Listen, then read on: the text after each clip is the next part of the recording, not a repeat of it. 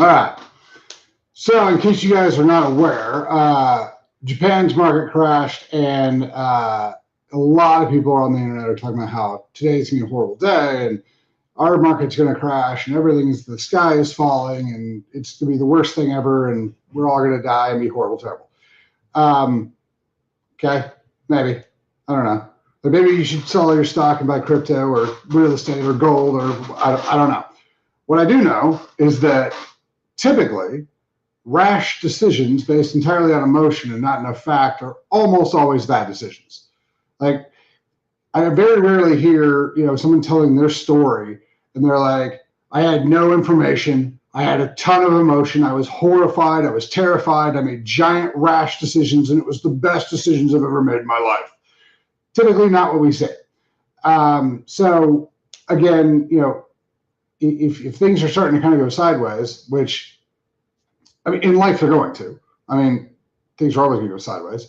And, with the economic function, lots of people are talking about it going sideways regardless. So maybe that's what's going on. But making overly rash decisions with everything, like I'm seeing people talk about online, probably not a great idea. So as you guys go through today, if you have, doing something metered for mental clarity and mental peace is great. I'd like to tell you guys that you're not going to need 400 cases of toilet paper. Remember, there's not really a secondary market for toilet paper.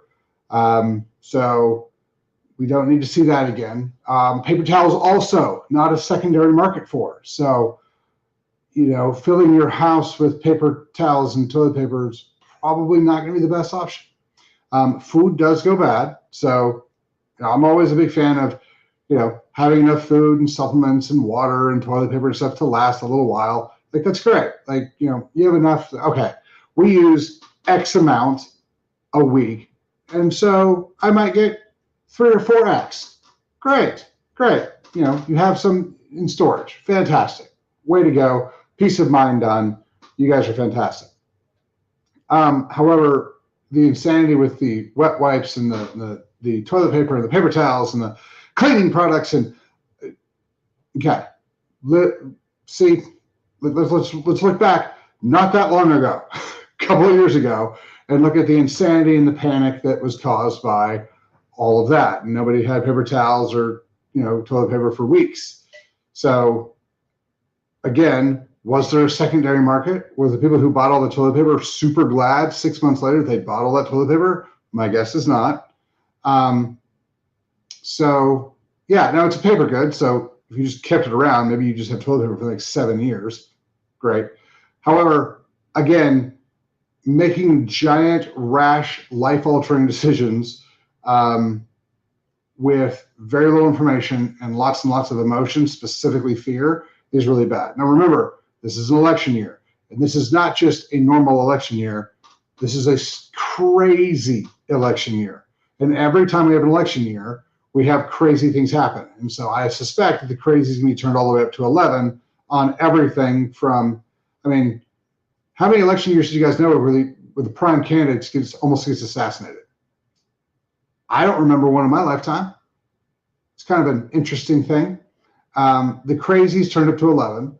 So, maybe you stay off social media, or maybe you just take everything that's said on social media and you turn it down, like just 50%, right? Just turn the crazy down 50% and breathe.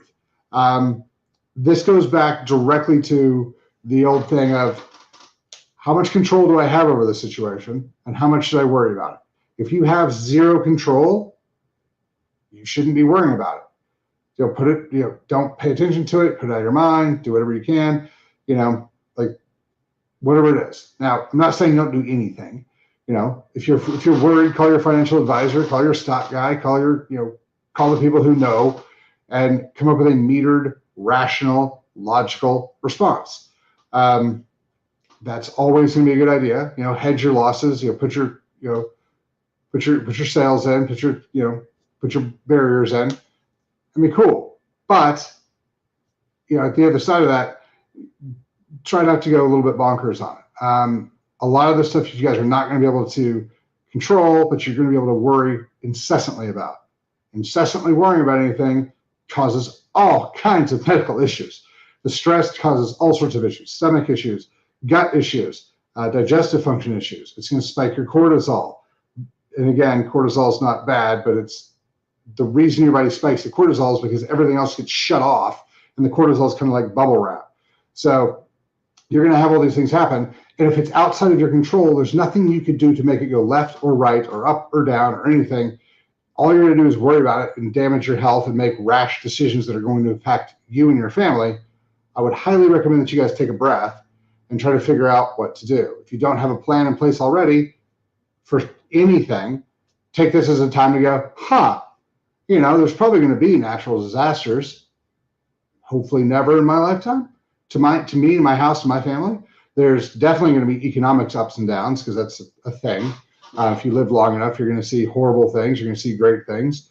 The 08 was not great for a lot of people, but we did pretty well between 08 and now. And so if we have another horrible downturn, it's going to get better. Like the stats I've seen, and I have not vetted this, so it could be completely false, but the stats on the millionaires created during the Depression was huge. But the thing is that whenever there's chaos, which there's chaos right now, if you can figure out how to settle the chaos, you're going to do pretty well on it. So if you're entrepreneurial, this thing might not be the worst thing for you. There's a lot of stories I have heard where people said everything around me was falling apart, and I decided to take it upon myself and take the personal responsibility for me and my family. And so I, opened up a business, or I changed careers, or I did this thing, and now we're, successful and, financially secure and all those things. So, if you look at the chaos and you go, and there's a lot of chaos and turbulence over here in an area I know a lot about, I could probably step into that and consult or create a product or do something to help out smooth this chaos out. That's fantastic. So, in the chaos, you can easily find a place for you to profit and, really help a lot of people, because that's, at the end of the day, that's where the vast majority of profit comes from. Like, if people complain about Apple all the time being so wealthy, quit buying iPhones. Oh, you love your iPhone and you really want the next one that comes out? Okay, well then they're providing a service you really want. So they're doing you a favor too. So think of it that way. If there's something like that you see that people are having issues with, and there's a big open market where a lot of people have a lot of need, then step into the market, fill the need, you'll help them. And if you charge properly for it, you'll help yourself. So it could be a good thing. So keep your eyes out for that. But remember, breathe. Like, don't make horrible, terrible, rash decisions. And if something happens, learn from it. Like, if something does happen today or tomorrow, and you're like, oh man, I wish I would have, great. In the future, make sure that you have this plan in place. I've talked to a lot of people who've been, since COVID, have been slowly stockpiling, supplements and a little extra food, extra toilet paper and water and stuff like that. Fantastic. That was great. They've learned from the last time things went sideways. And so, running out and buying everything now, probably not the best option. But if you have, an extra thing of, paper towels or an extra thing of toilet paper, great. If you have a little extra food, great.